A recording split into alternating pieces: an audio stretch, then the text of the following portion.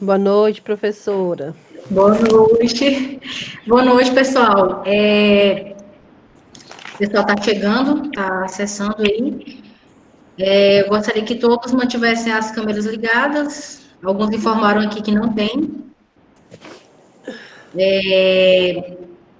Vamos precisar do caderno. Tá ok aí? Tudo ok o caderno? Ok. Eu deixei o esqueleto na nossa sala virtual. Tem um modelo lá de petição. Mas vamos precisar fazer algumas anotações, tá? De início, marcar alguns artigos. Então, vamos iniciar. O nosso tempo aqui ele é muito curtinho. Não está com o caderno? Então, vai anotando, não sei. Há uma forma de anotar, né? Pode ser mesmo no Word, deixa só o áudio e faz as anotações. Pode ser. Bom, pessoal, primeiramente, boa noite a todos. Como eu falei na aula anterior, o nosso tempo aqui, infelizmente, ele é muito pouco, é uma carga horária reduzida para praticar as peças, e é uma responsabilidade imensa ter que já iniciar a prática com vocês, ainda não tiveram nenhuma prática. O estágio não começou também, supervisionado, ou começou ainda não, né? Acredito que na próxima semana, sempre inicia depois das aulas. Mas vocês também vão fazer peça com a doutora Maria do Carmo, como eu falei anteriormente, então isso ajuda bastante. Todo conhecimento, o ideal é que ele venha, né, que ele some, e isso é muito bom. Fiz algumas ponderações em relação a algumas diferenças sobre a forma de trabalhar, mas acredito que não teremos problemas quanto a isso, e qualquer dúvida também pode estar deixando registrada a pergunta lá, na nossa sala virtual. E esse esqueleto que eu deixei lá para vocês, o sistema de passos, né, na verdade, da reclamação trabalhista. Como eu falei para vocês, toda aquela teoria, né, que vocês deveriam ter aprendido. Está o esqueleto, a Rosângela está falando que não está. Está postado lá o material, esqueleto RP. Deixa eu dar uma atualizada aqui na página, mas acredito que. Então, veja bem.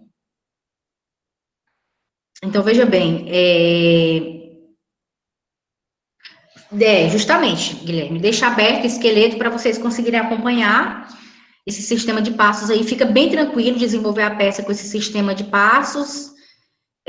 Mas mesmo assim, eu preciso do caderno para a gente fazer algumas anotações antes de discutir o esqueleto propriamente dito. Então, eu gostaria que vocês anotassem no caderno aí, aula 2,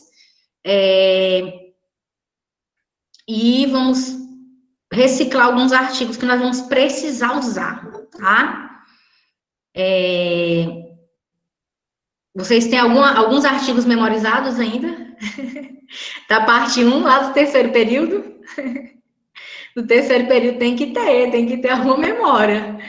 Tem que ter memorizado alguns artigos importantes. Então, vamos todos juntos buscar esses artigos agora, porque a gente vai precisar em toda peça desses artigos, tá? Então, colocaram aí a aula 2 e podem colocar como título aí reclamação trabalhista, assim como está no esqueleto lá, tá? Coloca reclamação trabalhista. E a gente vai precisar de marcar alguns artigos, eu vou já explicar por quê. Veja bem, quando você atende, no ato da entrevista, um cliente, ou você mesmo, né, não sei se você vai estar advogando em causa própria, você vai realizar, obviamente, uma entrevista. Essa entrevista, ela é feita não só quando você inicia a advogar, não é pelo fato de você estar iniciando a advogar, está iniciando na advocacia, que você irá fazer essa entrevista. Essa entrevista é de praxe, você vai ter que realizar, independentemente do grau que você esteja advogando. Por quê? Porque qualquer instrumento que você vá utilizar para demandar qualquer direito, para buscar qualquer tutela na justiça, todos os instrumentos, da petição inicial até um recurso, deve observar obrigatoriamente formalidades, tá? Assim como vocês estudaram lá na parte de redação oficial, que tem que haver tem que observar todas aquelas formalidades, no judiciário, na praxe forense também é exigível requisitos sob pena daquela sua peça, qual você vai comunicar com o judiciário, vai demandar no judiciário, não ser recebida, ser indeferida. Isso é muito sério. E justamente para evitar tudo isso, a lei ela dispõe de requisitos indispensáveis, da petição inicial até na fase executória, no embargo de execução. Tudo deve observar requisitos. Como eu falei para vocês na aula anterior, nós vamos treinar as mestras, vamos focar nas mestras, nós vamos ficar aqui pensando em outras peças que pode cair ou não, por exemplo, mandado de segurança, isso aí vocês vão treinar naquela área específica lá do mandado de segurança, que, via de regra, é constitucional, tributário ou administrativo. Aqui a gente vai estar iniciando com a petição inicial trabalhista. Mas veja bem, para você poder confeccionar uma peça, obviamente você tem que ter os dados para você confeccionar. É por isso que tem escritório de advocacia que, dependendo ali do vulto de ações, da quantidade, do volume de ações, já prepara um modelo do escritório mesmo. Tem diversos livros, inclusive, de prática, livros de início, de iniciação à advocacia. Eu, inclusive, à época, eu comprei um livro desse, eu tenho, já emprestei para acadêmicos em audiências simuladas, é bem interessante. E esses livros, geralmente, eles vão direcionar o advogado a criar um modelo de entrevista, tá? Eu aprofundo mais esse modelo de entrevista no estágio no nono período. No nono período, eu costumo aprofundar mais essa questão da entrevista, porque é bem densa mesmo, pode ser qualquer tipo de ação, e cada tipo de ação terá suas peculiaridades, sem dúvidas. Mas, até meio redundante falar, mas nós vamos iniciar mesmo do começo, nós vamos iniciar sabendo o porquê que tem que ter essa entrevista. Veja bem, quando você cria esse modelinho da entrevista, isso pode ser para você mesmo, no seu escritório, você vai precisar fazer algumas perguntas indispensáveis no ato ali de atendimento do cliente. Por quê? Porque sem aqueles dados não tem como você propor uma ação. Isso seja na área trabalhista, seja em qualquer área. E se você observar o artigo 319 do CPC, lá tem os requisitos de qualquer petição inicial. Então, imagine que qualquer petição inicial, ela tem requisitos próprios sob pena de ser indeferida, de ser inepta. E, diante disso, quais são esses requisitos? Já viram esse artigo no CPC, em direito processual civil, em direito trabalhista, lá no processo 1. Não foi só agora, eu tenho plena certeza disso. Então, 319 é um artigo que tem que estar na sua cabeça. Por quê? Qualquer petição inicial na vida, você vai beber na fonte lá do 319. Você terá que consultar o 319 para que a sua petição seja uma petição que seja recebida, para que o processo ele tenha andamento. Então, diante disso, o 319 já deve estar marcado a hora dessa, acredito, eu tenho certeza. Então, quem não marcou ainda, vai marcar o 319, dormir com esse artigo hoje na cabeça, que é o artigo da petição inicial, geral, tá? Trabalhista, você só vai combinar ele com 840. Então, quem está com o material aberto aí, ou caderno também, já vai fazer essa marcação da petição inicial. Já pode colocar até na frente aí, reclamação trabalhista, 319 combinado com 840 da CLT. 840, parágrafo 1º. Não se esqueça do parágrafo 1º e vou já explicar por quê. Por quê? Quando você chega aqui no 7º período, como eu falei no primeiro dia de aula, Tudo que você afirma ou contestar é mostrar onde está o direito, não é isso? Agora nós temos essa missão de apontar o dispositivo. Em tudo que a gente afirmar ou contestar, ou embargar, tudo tem que apontar o dispositivo. Não tem mais aquela de afirmar sem mostrar onde está, não é isso? Por isso a importância de estar sempre treinando os artigos. E também de estar com material durante a aula, o VAD, ou a CLT. Quem não tiver com físico, pode entrar no site do Planalto, CLT atualizadíssimo, entra no site do Planalto agora, e já deixa aberto, e aí vai marcando. Não sei se você baixou em PDF, como você baixou para marcar os artigos. Vamos precisar muito. Então, toda vez que você for peticionar, você tem que ter em mente que tem que observar os requisitos do 319. Quando o seu cliente chega no seu escritório, antes mesmo de você fazer os cálculos, obviamente, trabalhista, que a gente também vai passar por essa fase dos cálculos, sei que tem gente que odeia matemática, odeia soma, divisão, multiplicação, mas vamos ter que fazer algumas continhas, tá? Nesse período agora. Então, veja bem, antes de qualquer pergunta, de qualquer cálculo, você terá que fazer algumas perguntas. Número 1, então anotem aí, número 1, a primeira pergunta que você deve fazer para o seu cliente, tá? No caso de reclamante. Então, anotem aí a primeira pergunta.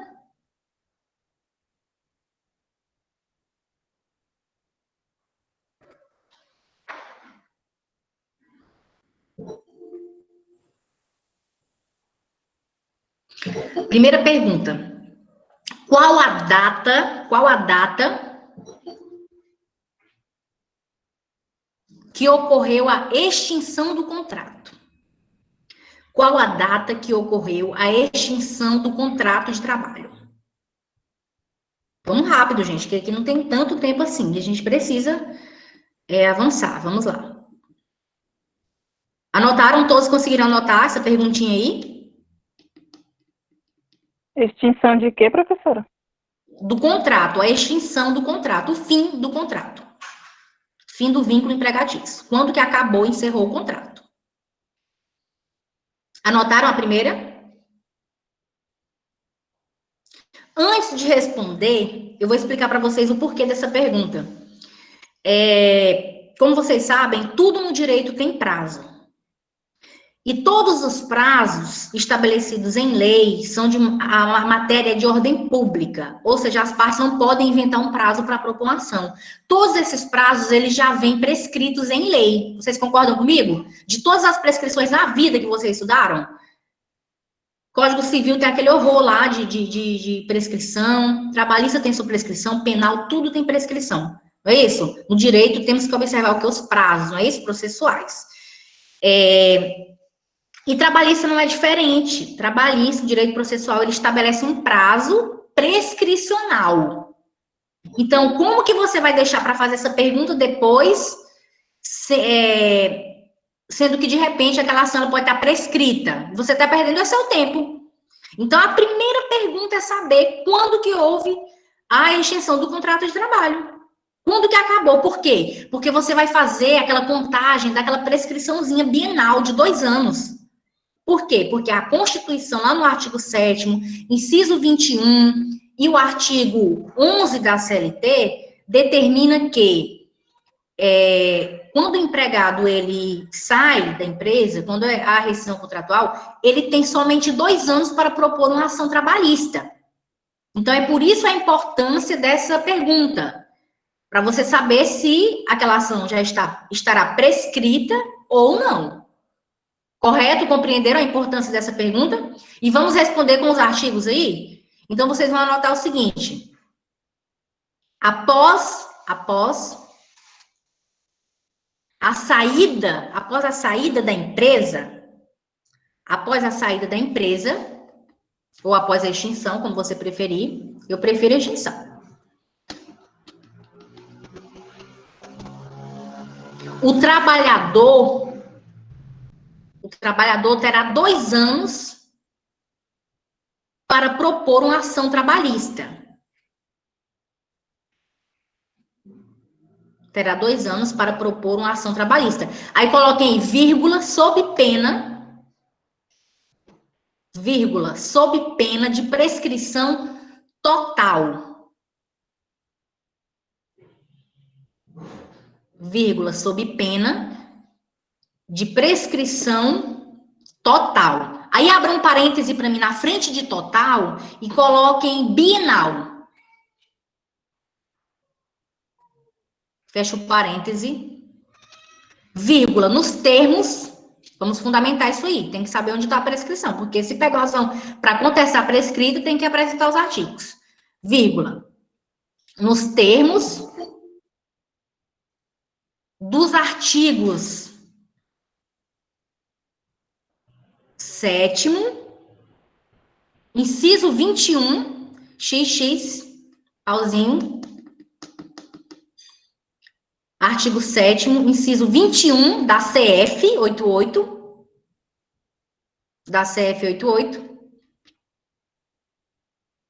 combinado com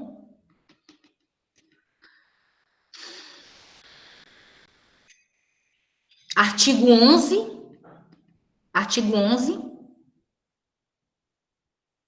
da CLT. Anotaram o artigo 11 da CLT? E súmula 308. E súmula 308 do TST.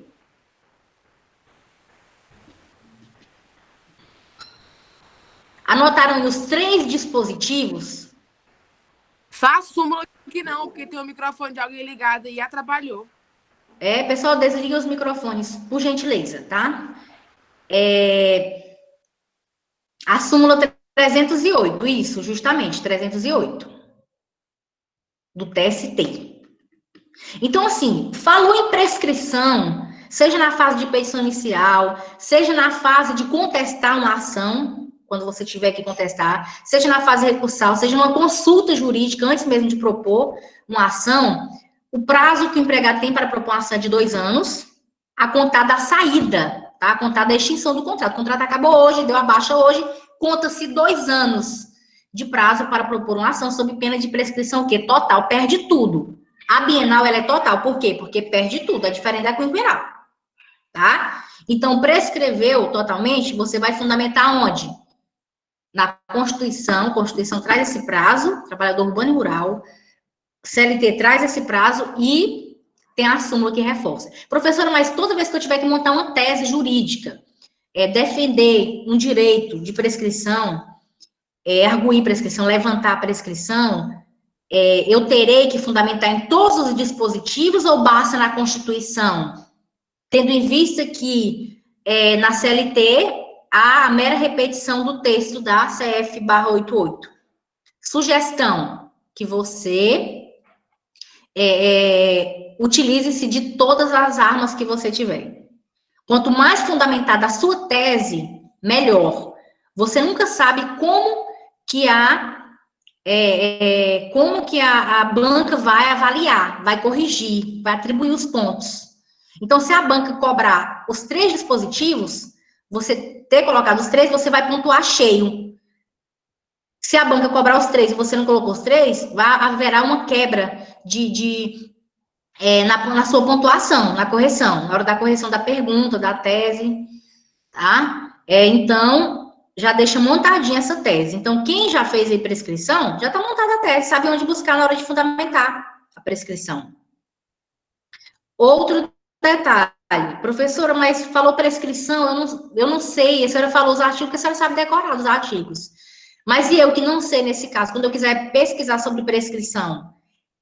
Por isso que existe o quê? O índice alfabético remissivo, essa arma poderosíssima que nós temos nos nossos materiais, que geralmente vem ao final, pode ser no início ou ao final da CLT ou ao final do VAD.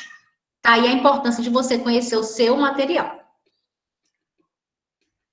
É certo se propor na comissão da sua categoria, suspende o prazo prescricional, comissão de conciliação permanente. Sim. Se tiver passado pela comissão, suspende, tá? Porque assim, pessoal, veja bem, pode acontecer da empresa constituir, né, das empresas constituir uma comissão ali de conciliação prévia, juntamente com o sindicato, para tentar baixar um termo ali de pagamento, da rescisão, de acerto da rescisão. Caso o empregado ele tenha interesse em passar por essa comissão, enquanto ele estiver ali sob apreciação, sob tentativa de acordo, aguardar a comissão resolver aquele conflito ali administrativamente, extrajudicialmente, o prazo ele não começa a contar de 2 anos. Somente quando encerrou ali, aí que inicia a contagem do prazo de 2 anos. Excelente colocação aí do Ataíde, tá? Então, há, na verdade, a suspensão do prazo quando se passa pela CCP, Comissão de Conciliação Prévia, tá? Quando essas comissões, no interior geralmente não tem, nessas grandes cidades tem, né? Capital geralmente tem. Sim, o prazo de 10 dias, justamente. 10 dias que a comissão tem para analisar, justamente, porque pode ser que não tenha acordo, né?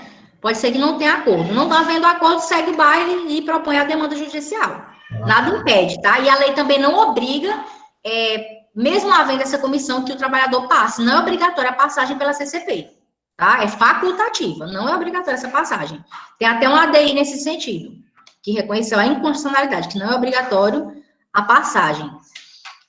Bom, pessoal, então, em relação ao prazo de 2 anos, está tranquilo? Onde que vai encontrar os artigos? Onde vocês encontrariam? P de prescrição lá no índice alfabético emissivo. A Constituição, tem muitas pessoas que na Constituição tem lá. Sim? Professor Ataíde, aí aos 2 anos, valendo os últimos 5 anos trabalhados, né? Sim, justamente.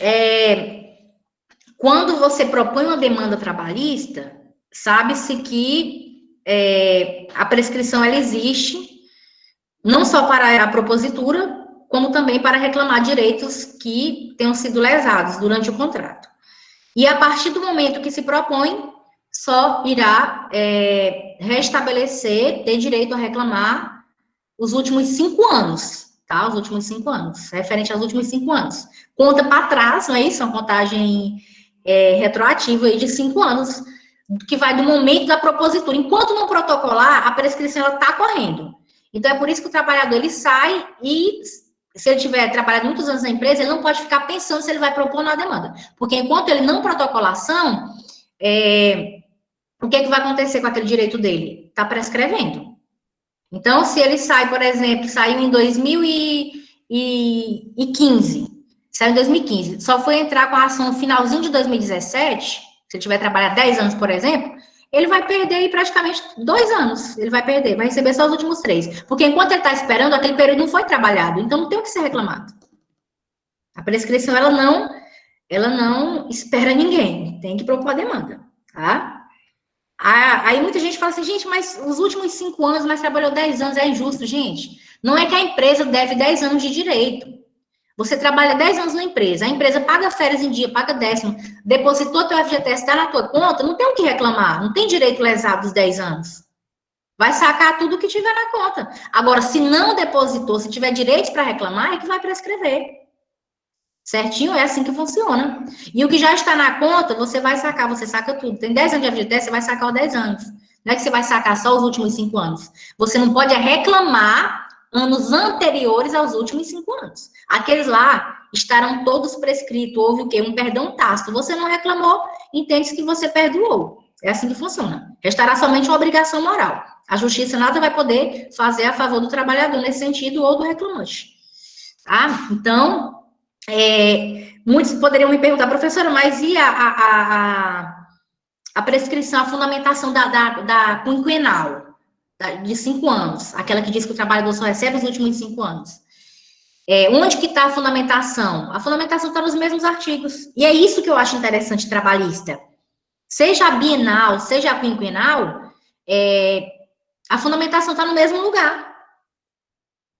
Então, você não vai errar a fundamentação, porque sempre você vai no mesmo lugar. Falou prescrição, está a tese montada aí. Ninguém vai errar. Ficar lá na hora nervoso e não vai encontrar os artigos para fundamentar uma prescrição. Tem que saber fazer a contagem, né? 2 anos quando sai, a partir do momento que saiu, e quando propõe, recebe os últimos 5 anos para trás. Pega a data de protocolo e faz a contagem de 5 anos. Certinho? Então, a fundamentação está na mesma, sim. O Ian tá com o microfone ligado. Deixa eu. Tu vai perguntar, Ian? Então desliga o microfone aí, acabou. É o seguinte, fundo de garantia, 5 anos. Previdência está 5 anos também ou não? Tem um prazo maior? Não. Não, prazo maior. Previdência já é outra coisa, outro direito e tem um prazo maior também. Inclusive, sim. Inclusive, pessoal, tem ações que elas não prescrevem. Como, por exemplo, as ações declaratórias. Então, por exemplo, se o empregado está demandando, junto à Previdência, uma aposentadoria, seja por tempo de contribuição, por exemplo, e está faltando, digamos que 10 anos de contribuição, e aí o empregado ele trabalhou na empresa, mas ele nunca demandou, não teve a carteira assinada, e agora, caso ele ingresse na Justiça do Trabalho e tenha reconhecido aquele período lá, na carteira declarada que ele trabalhou, a empresa vai pagar junto ao INSS e aquele período ele vai ser reconhecido junto ao INSS, tá? Então, é muito comum os trabalhadores ingressarem com ações após esses 2 anos, porque são ações imprescritíveis, não prescreve, com o fim unicamente de ter declarado, de ter assinatura na CTPS, ter reconhecido o período lá de trabalho, para fins previdenciários. Excelente colocação a sua, foi bom ter comentado sobre isso. Compreenderam que tem ações imprescritíveis, que mesmo passados os 2 anos, pode ainda propor, se tem um exemplo, e contra menores também. Contra menores de 18 anos, a prescrição não corre, tá? Somente quando ele completa 18 anos que começa a contar a prescrição. Mas se ele for um trabalhador menor, não conta, pode propor depois que não corre. Nem a quinquenal, nem a bienal nenhuma. Tem algum artigo específico? Tem um artigo, deixa eu dar uma olhada aqui, se eu acho esse artigo para vocês.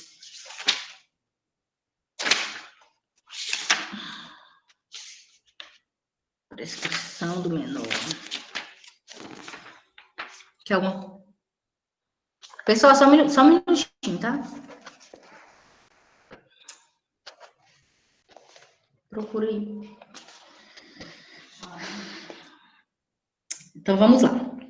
440, tá? Artigo 440. CLT? Sim, da CLT. Contra os menores de 18 anos, não corre nenhum prazo prescricional.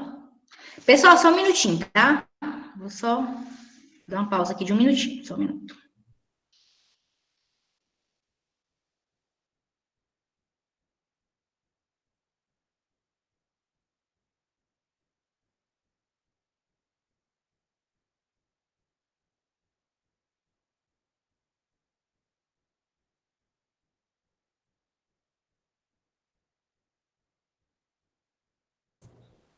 Vitão hoje resolveu dar as caras aí, é o cara.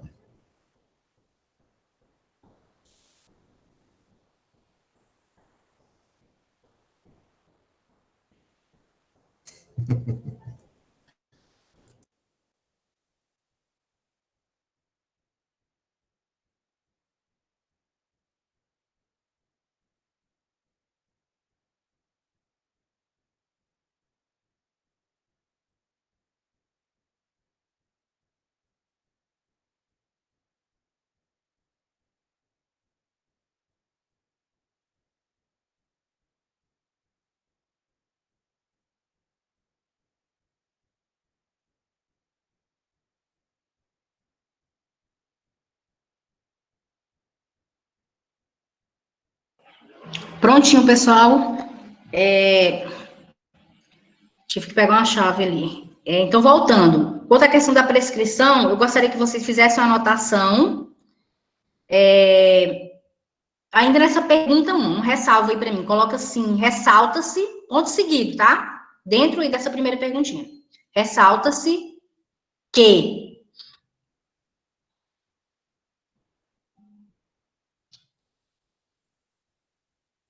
o trabalhador terá direito a reclamar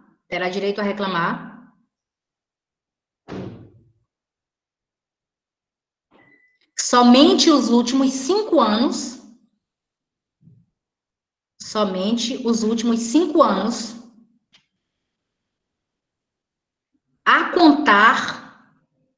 contar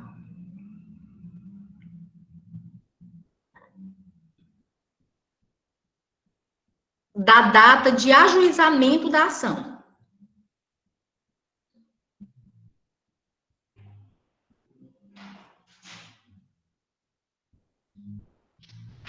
Anotaram isso aí?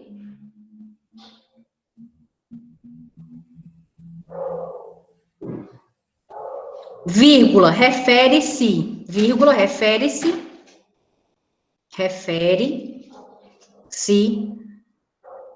à prescrição quinquenal. Refere-se à prescrição quinquenal. Aí abre um parêntese.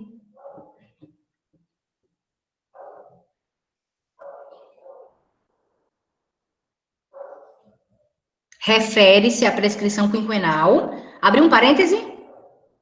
Coloque parcial. E fecha o parêntese. Então, eu vou repetir. Ressalta-se que o trabalhador ele terá direito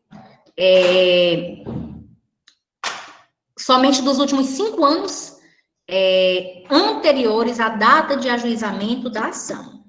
Não é isso? Refere-se à prescrição quinquenal, aquela de 5 anos. Que ela é o quê, gente? Parcial. Por que é parcial? Porque, nesse caso, não perde tudo igual a bienal. A bienal é total, perde tudo. Não observou 2 anos, perdeu tudo. A quinquenal, não. Embora tenham mais anos a reclamar, a lei não vai excluir totalmente o direito. E sim o quê? Parcialmente. Tranquilo quanto a isso aí? A FGV adora. Sempre que tiver que abrir uma tese de prescrição, você vai colocar no título prescrição, se for total, se for bienal, você vai colocar entre parênteses total, ou chamá-la só de total. E se for quinquenal, você vai colocar quinquenal e na frente parcial, tá? Então, fique atento quanto a esses termos aí e justifiquei o porquê de cada um. Tranquilo quanto à prescrição? Tá tudo ok? Como é que é? Dá uma repetida nisso aí. Estava aqui escrevendo e não me liguei aqui muito. Você não conseguiu anotar, não? Não, anota aí, eu anotei. Tá travando? Peguei, foi a explicação aí. Ah, tá. Então, o trabalhador, a partir do momento que ele ajuiza a ação, ele somente irá receber os últimos 5 anos anteriores à data de protocolo da ação. A data de protocolo da ação.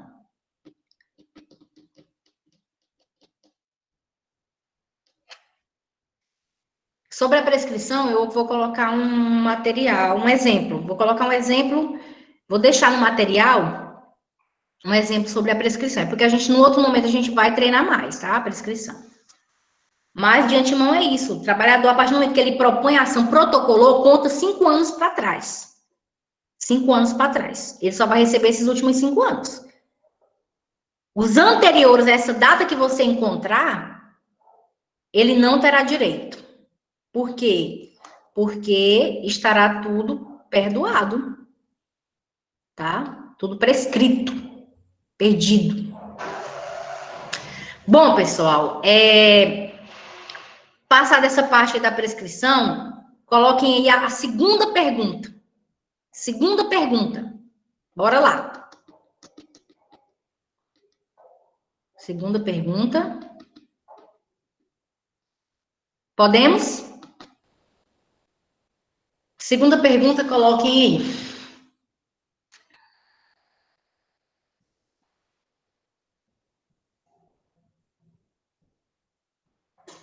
Qual o local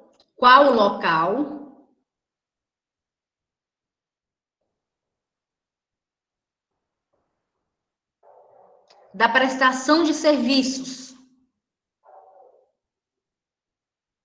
Qual o local da prestação de serviços? Onde foi prestado os serviços? Para colocar em forma de pergunta mesmo, tá? Como se você estivesse entrevistando o seu cliente. Qual o local da prestação de serviço?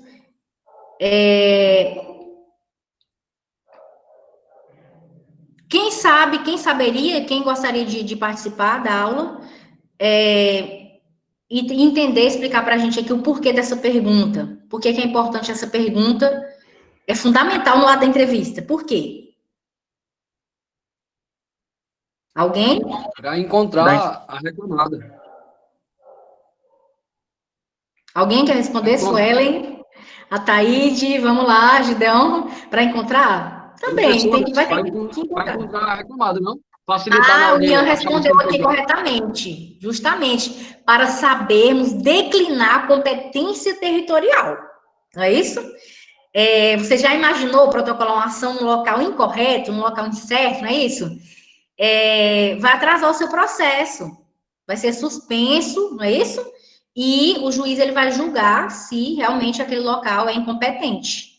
Havendo a incompetência relativa, que a territorial é relativa, é só mudar de local. Quando é territorial, só mudou. Prejuízo é só o quê? Postergar mesmo o processo. Diferente da competência, o quê? Absoluta. E vamos deixar ela para depois. Então, veja bem. A segunda pergunta que você tem que fazer é: qual o local da prestação de serviço? Qual o motivo? Declinar a competência territorial. E para isso, nós temos uma regra própria na CLT. Em um único artigo, eu encontro tudo sobre competência. Estou em dúvida no momento, li o casinho ali hipotético para fazer a petição inicial, ou atendi o cliente, vou protocolar a ação, onde que eu vou protocolar essa ação? Estou com dúvida. Consultar o artigo 651, um artigo mestre, um artigo que tem que estar na cabeça da gente. O 651, regra de competência territorial da CLT. Então, nós não vamos errar, porque nós sabemos que a CLT tem regra própria, a regra é onde prestou-se o serviço, e está previsto, esculpido no artigo 651 da CLT. Então, nós vamos anotar essa segunda pergunta, vamos responder, e vamos colocar regra. Coloquem aí, regra. Regra, 2 pontos. Local da prestação de serviços. Local onde prestou-se os serviços. Isso é a regra. Vírgula nos termos, vamos fundamentar isso aí, onde que acha essa regra? Vírgula nos termos de qual artigo?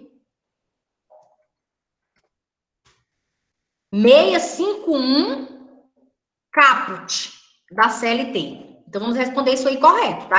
Completinho. A competência territorial tem a regrinha, não é isso? E qual que é a regra? Onde, gente, que tá? A regra tá no caput. Mas basta saber a regra? Será que todo caso hipotético não resolver toda a ação, o empregado ele só prestou, ele vai cair nessa regra aí? Ele só prestou em um local? Como que fica isso aí? A internet aqui está horrível. Todos estão tendo problema com a internet? Eu tô vendo normalmente, todos vocês.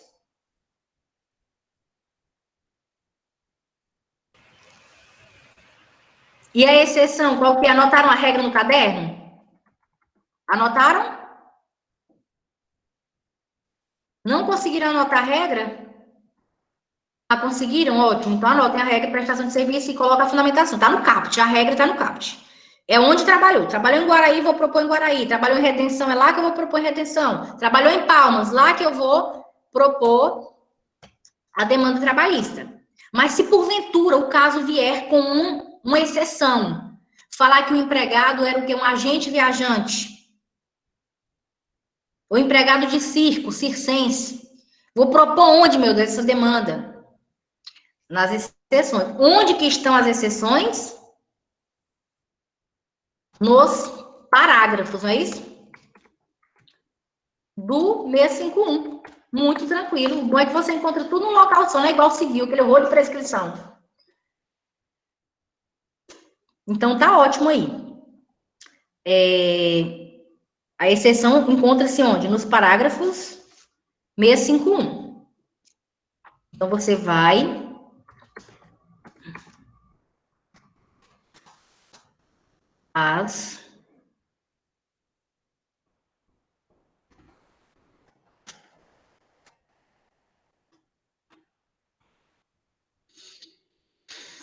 Anotaram aí no caderno, regra e as exceções embaixo? Vamos para a terceira pergunta? Bora para a terceira, rápido, que não temos tempo a perder.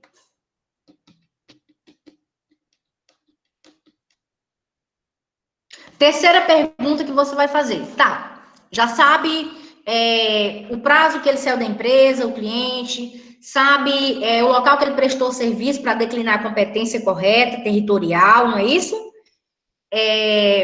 Agora você precisa saber a matéria. Você precisa saber a matéria. Porque dependendo da matéria, a competência da Justiça do Trabalho, a Justiça do Trabalho não terá essa competência. Não terá tal competência. E você precisará, obviamente, propor em outra justiça. Se for um acidente de trabalho, uma ação acidentária, propõe onde essa ação acidentária? Justiça do Trabalho, ação acidentária. O empregado morreu, estou com uma agora dessa. O empregado morreu em trabalho, infortúnio trabalhista. Onde que eu vou propor essa demanda? Acidente de trabalho com resultado em óbito. Justiça do Trabalho ou Justiça Comum? É comum, né, não? Errado. Aliás, errado não, depende. Depende, muito bom. Quando acontece um acidente de trabalho, eu posso entrar com 3 tipos de ações. É isso? Se no acidente era seletista e o empregador teve culpa, eu vou entrar na Justiça do Trabalho contra o empregador para ele indenizar, porque ele é responsável pela segurança no ambiente do empregado. Certo? Além disso, caso o empregado tenha ficado com alguma sequela ou contribua com a Previdência, eu vou demandar auxílio vitalício ou aposentadoria na Justiça Comum, um outro tipo de ação. E caso aquele empregado ele pague algum seguro, eu vou também demandar em desfavor do seguro. Então, uma ação acidentária, um acidente de trabalho, ela enseja demanda de 3 ações. Uma na Justiça do Trabalho, quando é seletista, e outra na Justiça Comum. Mas a minha pergunta e se esse cliente ele for estatutário? Sofreu um acidente no PROCON de trabalho? Se for servidor público, onde que eu vou demandar? Pode acontecer do servidor público sofrer acidente de trabalho. Justamente, nesse caso é na Justiça Comum. E receber salário atrasado de estatutário, eu entro onde? E se teve uma confusão na justiça, no ambiente de trabalho na empresa, que resultou lesão corporal, um colega brigou com o outro ali, vou entrar em qual justiça? Do trabalho comum, meu Deus. Era isso que eu queria mesmo. Eu queria justamente, era essa chuva de dúvidas. Eu estava esperando isso aí. Era essa chuva de dúvidas e isso pode acontecer. Pode acontecer, inclusive, com o advogado, tá? Não é só porque vocês estão ainda na fase de início da prática que estão em dúvida, é porque vocês não sabem, não. Então, vamos responder isso aí? Vamos responder? O que é que nós anotamos aí na terceira pergunta? Anotamos alguma coisa ou não anotamos nada ainda? Não? Então, na verdade, todas essas perguntas que eu fiz foi com o intuito mesmo de causar dúvidas em vocês, e geralmente a dúvida acontece, e para isso nós temos um artigo maravilhoso, o Mestre, um artigo X, que nós precisamos também estar com ele na cabeça gravado, memorizadíssimo. Trata-se do artigo 114 da Constituição Federal. É justamente o artigo 114 que vai tratar de todas as matérias que a Justiça do Trabalho tem competência para processar e julgar. Então, nós vamos anotar agora a competência material da Justiça do Trabalho, tá? E vou chamar a atenção para vocês de algumas OBSs aí. Então, no tópicozinho 3, na pergunta 3, coloquem assim, quais as matérias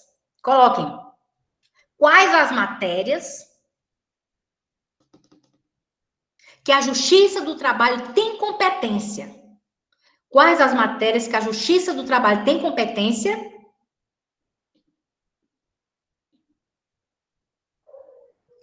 para processar e julgar? Em forma de pergunta, que é para chamar a atenção de vocês, tá?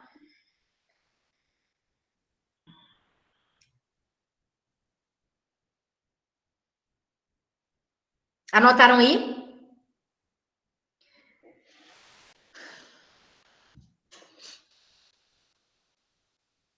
Precisam saber de tudo decorado? Que a Justiça do Trabalho julga mandado de segurança, habeas data, ação de consignação em pagamento, ação...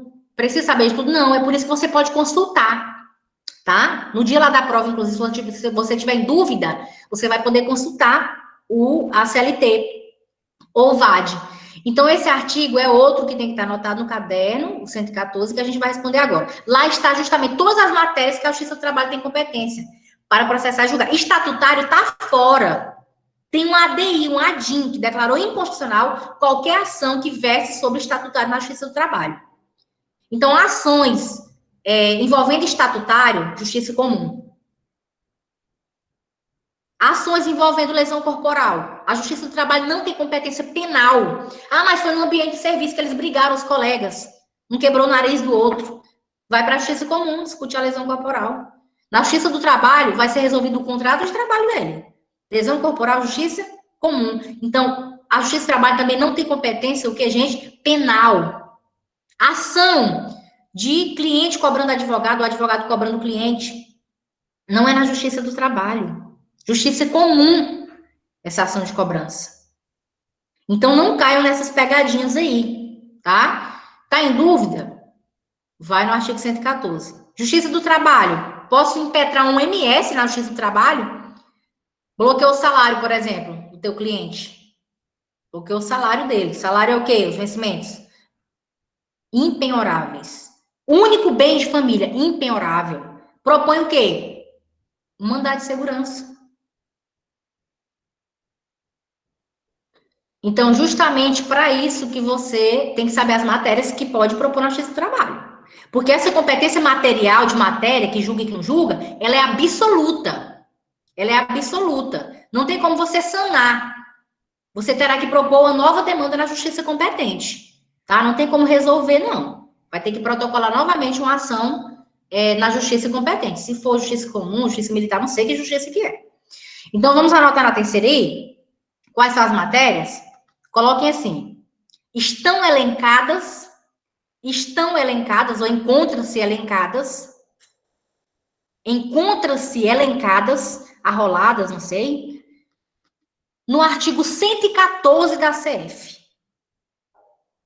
No artigo 114 da Constituição Federal. Anotaram aí?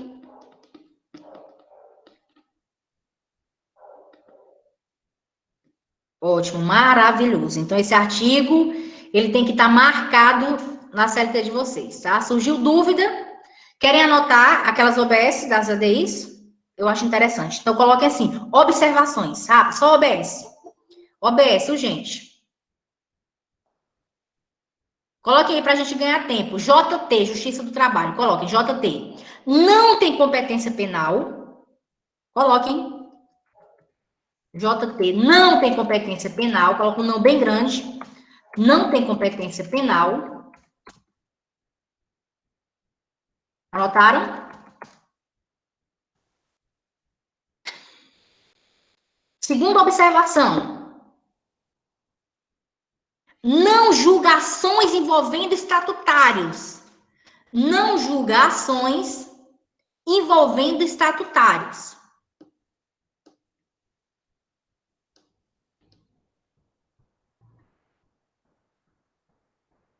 A senhora pode repetir aí, professora?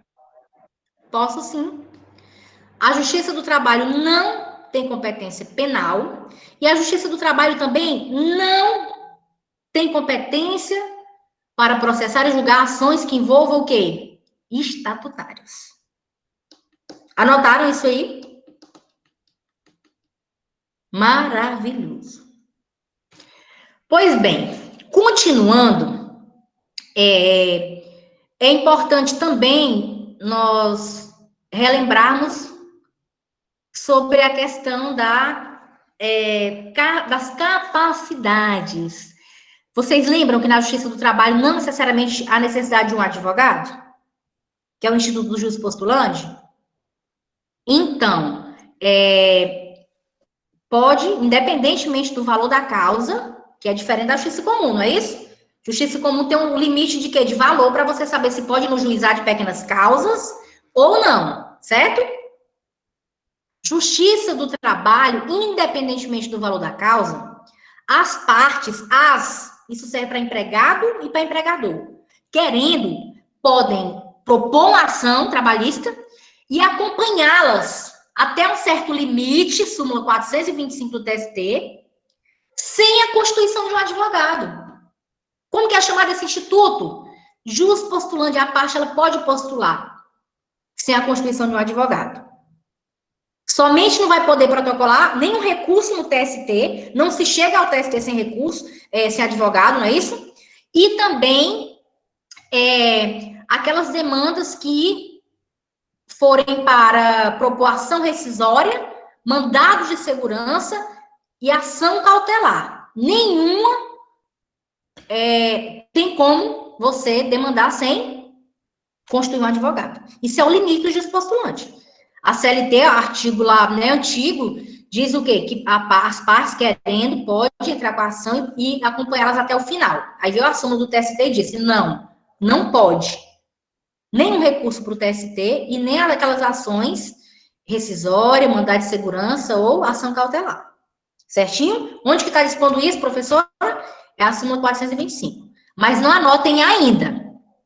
Então, veja bem, por que nós precisamos entender de jus postulante, de capacidade postulatória?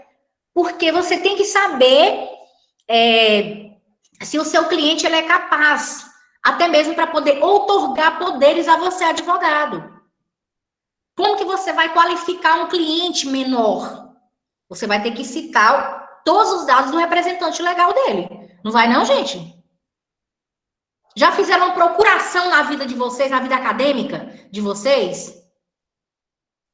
Já fizeram procuração? Já? Maravilhoso. Isso é maravilhoso. Então, gente, vocês sabem que a capacidade trabalhista, processual, ela é diferente da civil, que vocês estudaram ainda lá na parte 1 do civil, parte geral.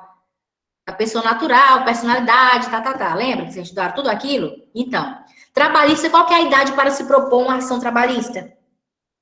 Qual a idade? Vamos caçar o artigo, todo mundo junto. Qual que é a idade? Respondam aí. Mandem a mensagem da idade. Qual que é?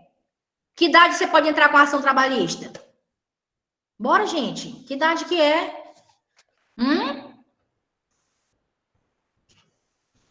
Qual que é a idade? 16. Então, muito bom, era isso que eu queria mesmo, essa dúvida aí, de 16 ou 18 anos. Por quê? Veja bem, idade para trabalhar é uma idade, agente capaz para trabalhar é uma idade, que é aquele direito material, que está lá no artigo da CLT, na Constituição, certinho?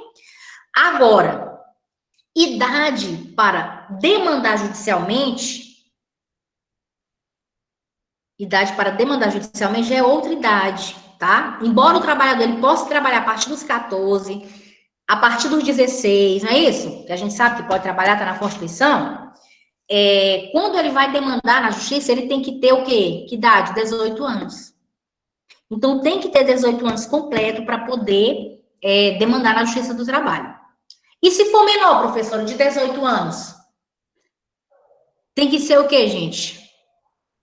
Representado. Tem que ser um representante legal, não é isso? Então, você vai citar na ação que aquele trabalhador menor, neste ato, representado por fulano de tal.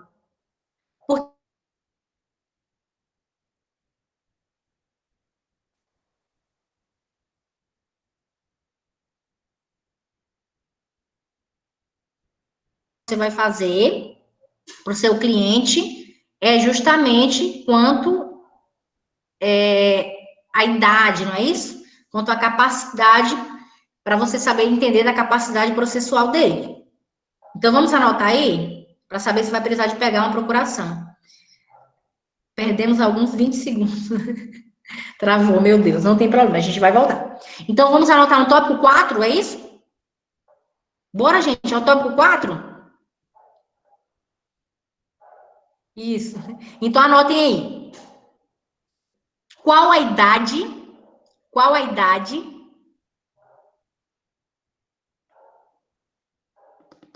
do reclamante? Qual a idade do reclamante?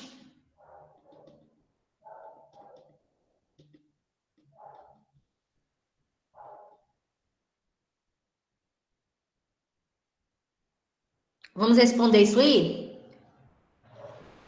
Na Justiça do Trabalho, respondam aí. Na Justiça do Trabalho,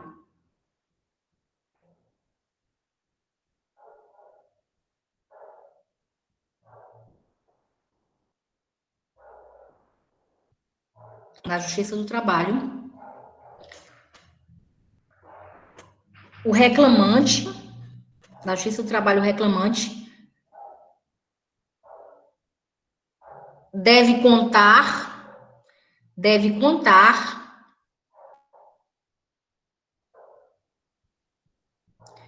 com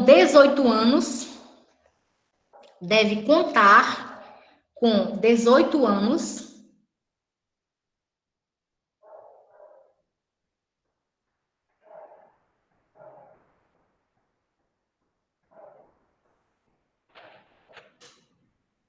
para propor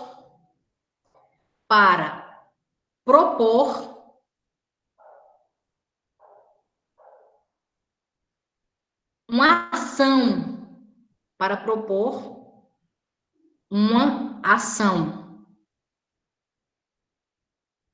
Anotaram?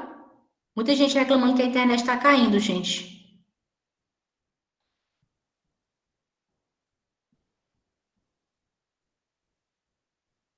Anotaram isso aí?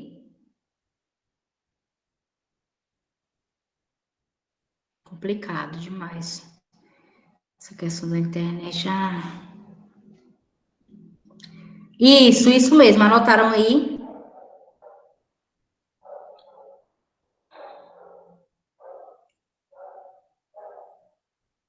Maravilhoso.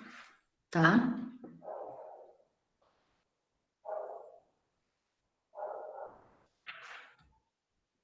Pronto?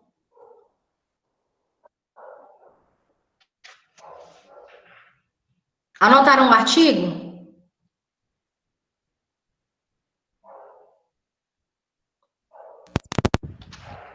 (18 anos. Professora, Oi. perguntaram aí antes sobre o emancipado, quanto à capacidade postulatória. Não tem efeitos. Não tem efeitos na Justiça do Trabalho, tá? Ok, obrigado.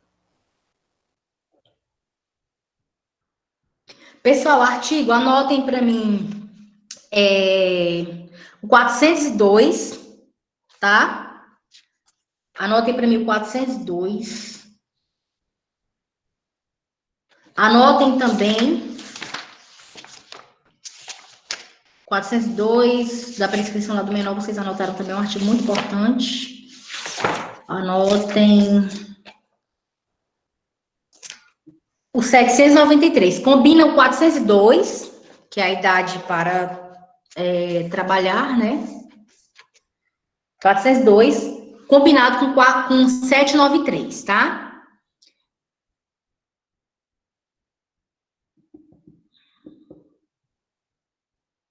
Anotaram aí? Perfeito. Eu não sei se é em Colinas ou aqui em Conceição, tá? A internet tá uma benção, viu? Então, será o que é? Porque eu tô ouvindo todos. Tá normal para mim. Mas vamos, se tiver dificuldade, vamos perguntar. Isso, da CLT. Ambos da CLT, tá, gente? Todos os dois artigos. 402 e o 793. Ambos da CLT. Vamos anotar a próxima? Qual que é a próxima aí, o número, numeração? 5? Então, perfeito. Perfeito.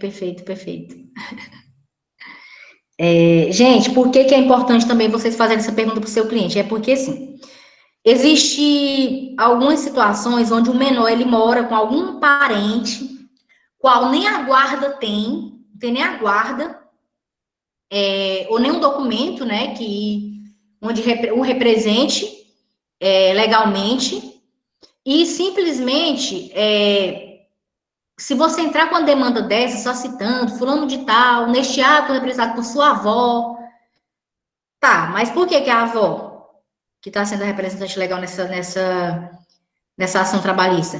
Aí depois, quando o advogado da parte contrária for contestar a sua ação, sabe o que ele vai alegar? Vício de representação. É isso que ele vai alegar. Aí sua petição não vai sair do lugar, bebê. Só isso que vai acontecer, tá? Então é importante, sim, você saber quanto à questão da capacidade. Sobre o jus postulandi, como nós todos, né, estamos aqui, vocês já aí treinando a advocacia, que é produzir uma peça processual, então vamos deixar de lado. Claro que nós sabemos que existe o jus postulandi, mas agora, no presente momento, não é interessante, não é isso? Pois bem, partindo aí para o próximo, vamos anotar quanto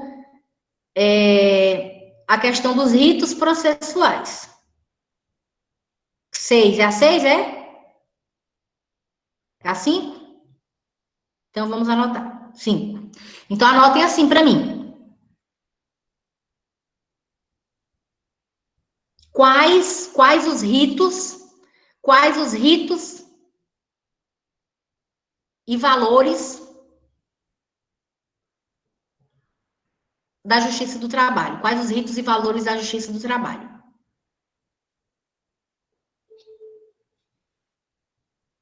Anotaram? Então, vamos colocar lá. Letra A. Sumaríssimo. Sumaríssimo.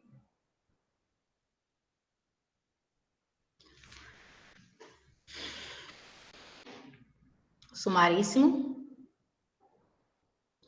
Na frente, coloquem causas até 40 salários mínimos. Até 40 salários mínimos.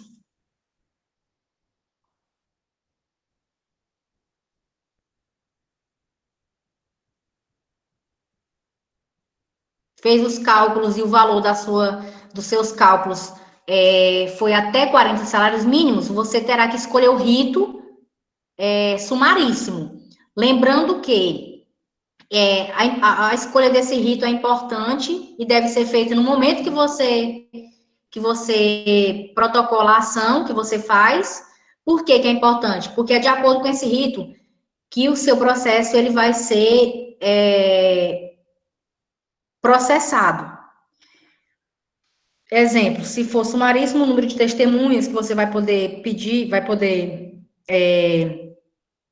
ouvir, indicar lá, né, requerer, oitiva, será de 2 somente. Se for no ordinário, já aumenta, e lembrando que no sumaríssimo também tem uma peculiaridade, porque pode haver necessidade de você convidar as testemunhas. Não admite intimação de testemunho. Então, o rito sumaríssimo, ele tem algumas peculiaridades, não é isso? Tem algumas peculiaridades, mas o valor da causa é qual? Até 40 salários mínimos. Anotaram aí? Sumaríssimo. Letra B, ordinário. Ordinário. Causas acima de 40 salários mínimos. Causas acima de 40 salários mínimos.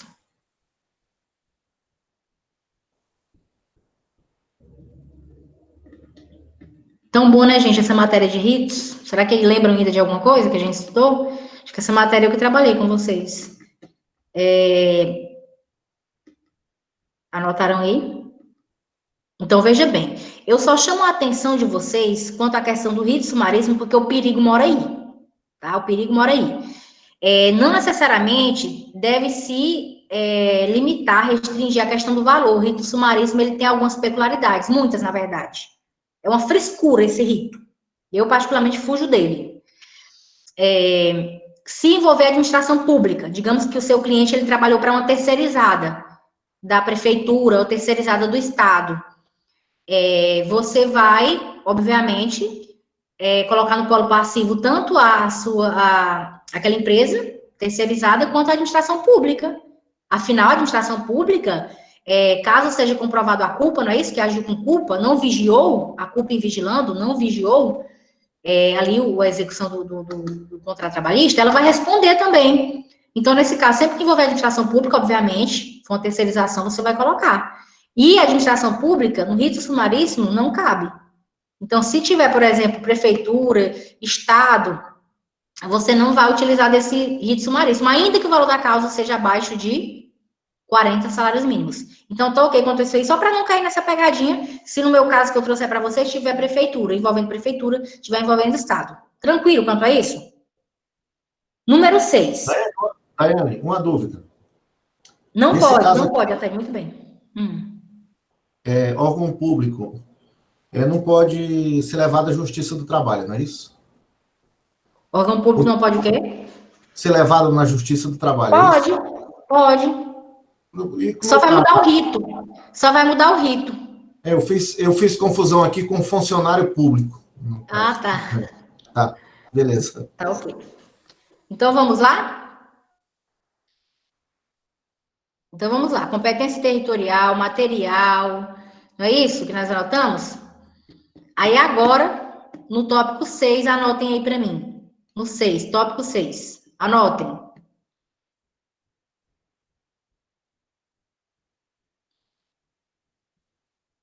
Qual o prazo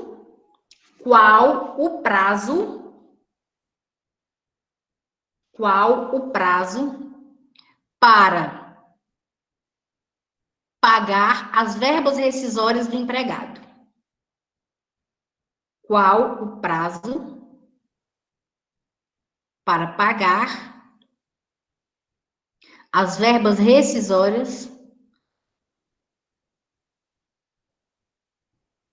do empregado? Anotaram aí? Pessoal, essa parte é um pouquinho maior, então vamos acelerar isso aí. Qual o prazo para pagamento das verbas rescisórias do empregado? Anotaram em forma de pergunta? Qual que é o prazo, gente?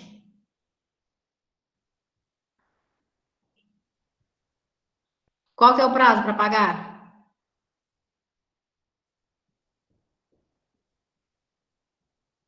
10 dias. 10. Newton respondeu 10. Cláudia, isso. 10 dias. Onde que tem esse prazo? Vamos colocar aí. Então, eu já respondo diretamente, sem enrolar. 10 dias. Anotem assim, 10 dias. 10 dias. A contar da extinção.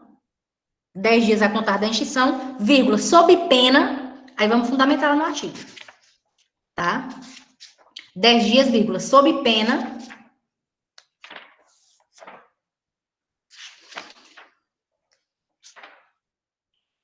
Anotaram aí? 10 dias Sob comigo? Contar de quê, professor? 10 dias. Sim. 10 dias 10 dias a contar. da extinção do contrato. Da extinção do contrato. Vírgula, sob pena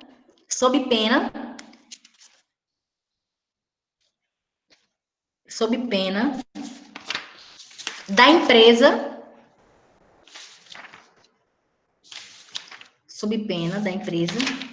ser condenada ou ensejar, né? Ensejar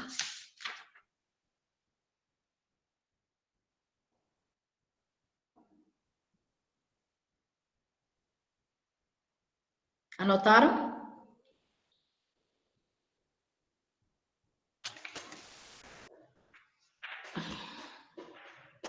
Dez dias, sob pena, após a extinção, sob pena da empresa ser condenada ao pagamento de multa, ao pagamento de uma multa,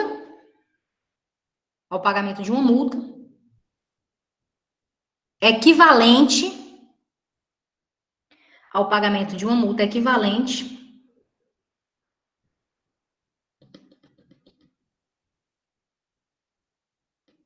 à sua última remuneração.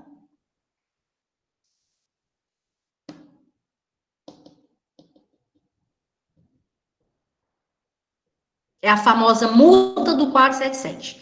Aí, a sua remuneração, vírgula, conforme artigo vírgula, conforme artigo. Professora, repita para mim, por favor.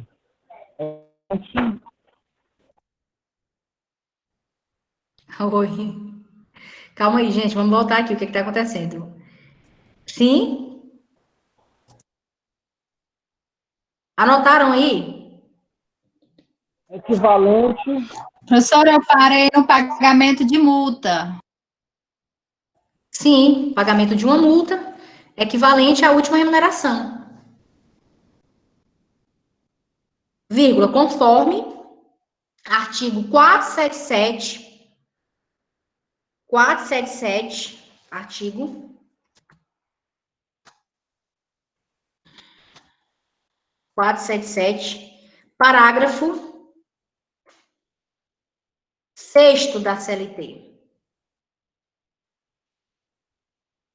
Anotaram?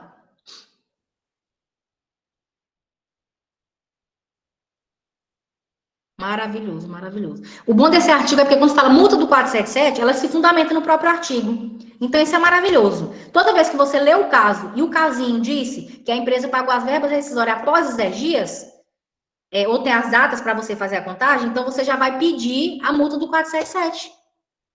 Maravilhoso. Não pagou, tem que pagar a multa. Tá? O próprio nome já diz, verba rescisória. Rescisória por quê? Porque tem que ser no momento da rescisão. E a lei estabelece um prazo para pagamento. Qual que é o prazo? 10 dias, tá? A reforma unificou. 10 dias e acabou a conversa.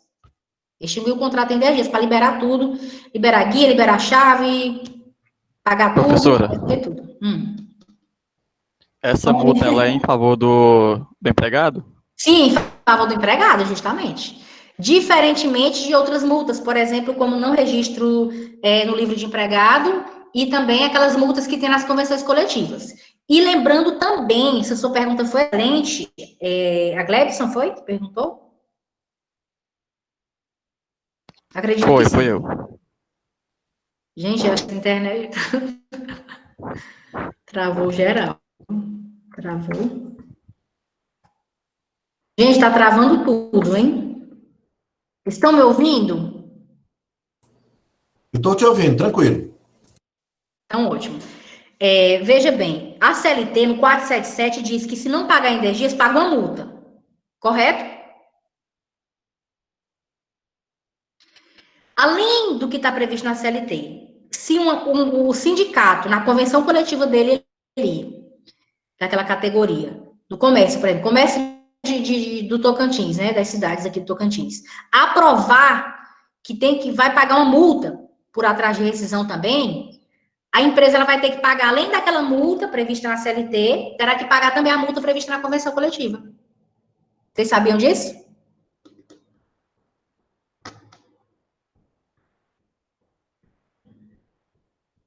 Sabia não? Pois é, pois terá que pagar. Não exclui o que está previsto em convenção coletiva. Se tiver a multa de novo, vai pagar de novo por atraso na rescisão, tá? Mas, por bem, vamos, antes da aula praticamente finalizar, chegar na parte principal. Até agora foram só cumprimentos de protocolo, né? Uma reciclagem básica do que nós já sabemos. Tudo isso aí nós já sabemos. Busca na sua memória, sinta-se feliz, você já sabe de tanta coisa, tá vendo? Tantas informações que vocês anotaram aí. Vamos, então, agora, qual que é o tópico aí? Não, no intervalo, o fim agora da aula, não é no intervalo ainda não. Para casa, tem que responder em casa, 7. Então, vamos lá, anotem no 7. Quais as extinções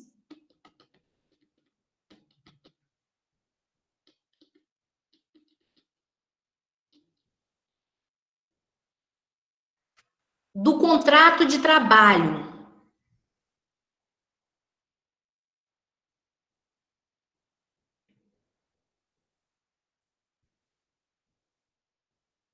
Anotaram? Quais as modalidades? Perdão, tá, gente? Na verdade, eu quero saber as modalidades. Quais as modalidades de extinção do contrato de trabalho? Eu perguntei quais as extinções, ela foi bem direta aí. Então, quais as modalidades de extinção do contrato de trabalho?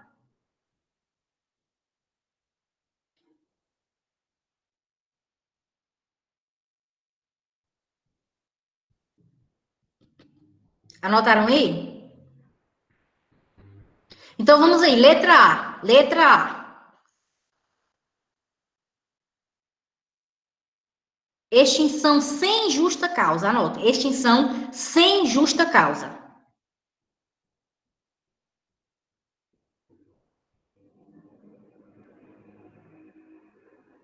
Extinção sem justa causa.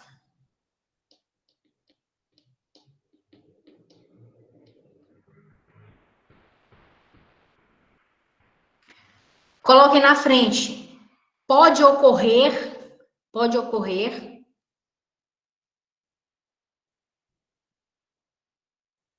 bastando a vontade do empregador. Bastando a vontade do empregador.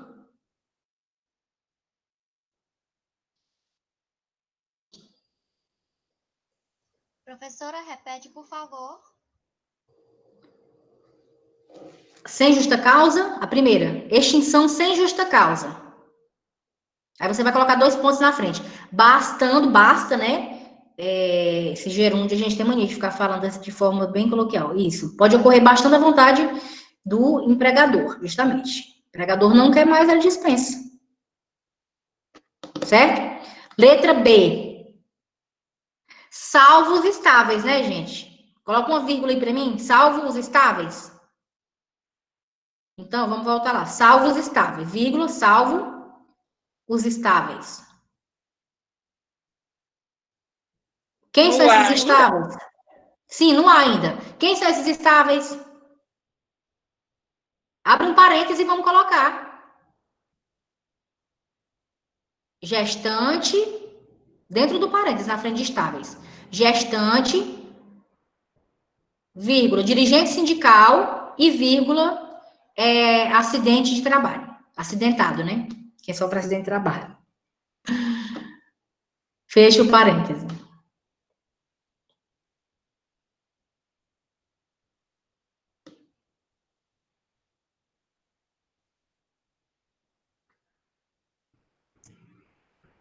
Anotaram aí?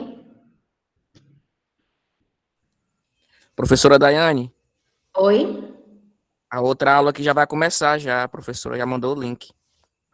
Ah, tá ok. Não, mas a aula ainda não é intervalo ainda não, gente. Então vamos fazer O intervalo, segundo o cronograma aqui, tá falando que é 8h20, o intervalo. O intervalo é 8h20? Isso. Ah, ninguém falou nada, então. Fala. Bom, pessoal, vamos fazer o seguinte, então, a gente dá continuidade na próxima aula e eu vou deixar para vocês concluírem aí dentro na nossa sala de aula, tá? Para concluir esse material que é para a gente começar a fazer a petição já na próxima aula. Então, próxima aula tem que estar com a CLT do lado e o caderno. Certinho? Boa noite a todos e fiquem com Deus. Beijos. Boa noite.